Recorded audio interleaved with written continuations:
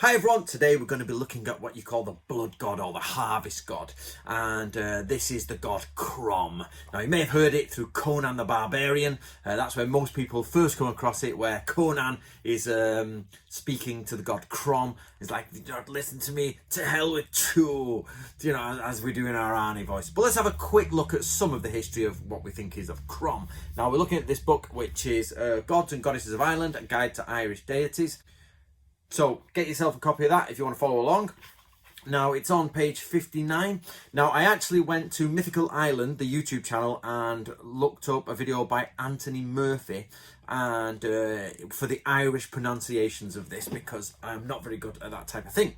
So the god CROM is called CROM Croech, and he's also connected to another wizard-like crooked figure called CROM Dove or CROM Doe. Now, the spelling is nothing like that, so I had to go check it with the Irish.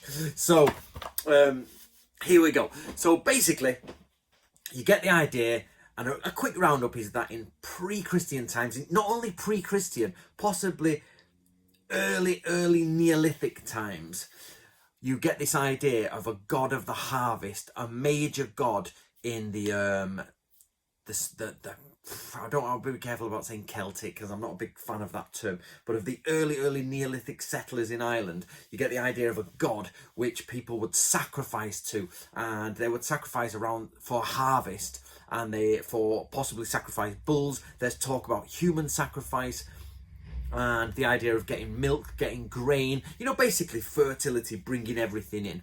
Now, some people associate this god with the sun god, which is the sky father. So we know of certain things which are, for example, a golden statue with 12 silver statues around it, which people think is the sun and the zodiac. There's that involved. But there's also the idea that this god was defeated by the god Lug. I'm not quite sure how it's pronounced. Please tell me the pronunciation of that below. Too many variations on it. But basically, this hero comes along, this hero god or deity comes along and destroys the sort of ancient pagan worship of this blood god and puts him down. Later on, Christian writers said that this was actually St. Patrick, and St. Patrick came along and he was like, let's get rid of some snakes, let's get rid of the blood god. And there's even versions of the blood god coming to him and saying, make me a Christian. Obviously, this all gets intertwined later, but the basic facts is, as much as we can say they are facts, is because it all comes from Christian sources, is the simple fact that we know that basically there is a god which is celebrated. He's possibly connected to the sun. He's probably the major deity of the I was going to say possibly pre-Iron Age people. He might be the main deity of all Ireland. He could actually be worshipped all over Europe, but it's, that's the last remnants of it there from an old way. And that people may have given human sacrifices. They may have actually sacrificed bulls, all in worship of CROM. Now, what does his name mean? Now, this is debated. The lady who wrote this, I'm not sure on the pronunciation of her surname, but she's called Morgan. And the lady who wrote this gives the following translations. Now, it's possibly stack of corn, a rick, like as in barley ricks, corn rigs and barley ricks, corn rigs and barley, name the song. Conical pile, glory, bloody, high-coloured, bloodthirsty, slaughter, wounding, carnaged. That is for CROM Doe. So let me go, so that I'll talk about that in a minute, the difference between the two. And CROM Croech is bent, bloody one, crooked heap, head of the hill, black stooped one, or dark croucher.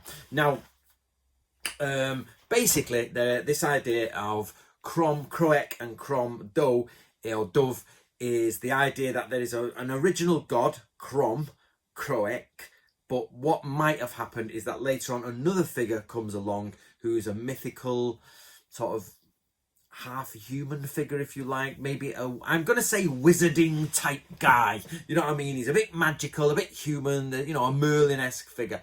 But the idea is that these are possibly connected. They're possibly the same thing, later iterations and earlier iterations of the same thing.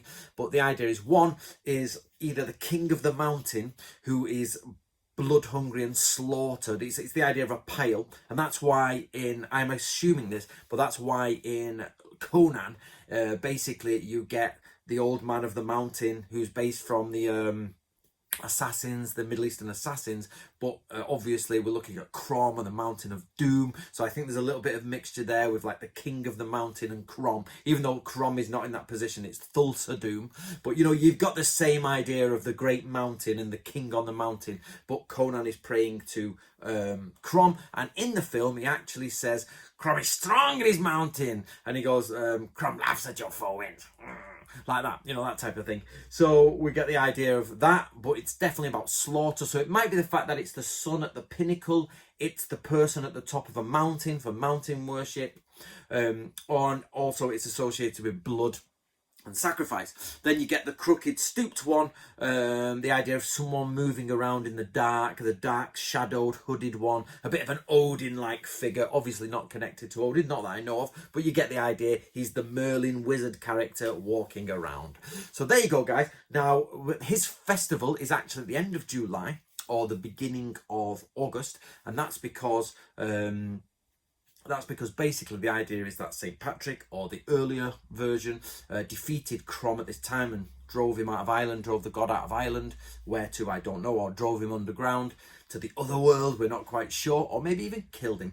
So so for you guys, basically around the end of July or the 1st of August or first weekend of August, you should be thinking about CROM, about hooded dark figures outside your house with the wind going, and you should be thinking of sacrificing a bull or possibly sacrificing a human. If you can't find a human or a bull to sacrifice, then the idea is you at least just think about having a good harvest and maybe a little bit of a festival to look forward to the harvest coming.